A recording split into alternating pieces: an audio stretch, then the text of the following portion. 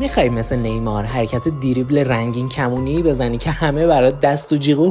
تو این سفر نیویورک 3 نفر از رهبران دنیا به من گفتند که ما بعد برجام دچار حیرت شدیم، شما چه جاذبه‌ای دارید که تمام شرکت‌های دنیا به سمت شما سرازیر شدن.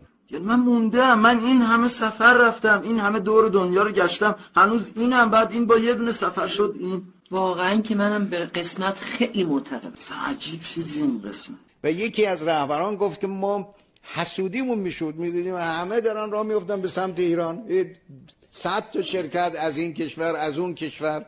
نون همین رو راستیش هم میخوره.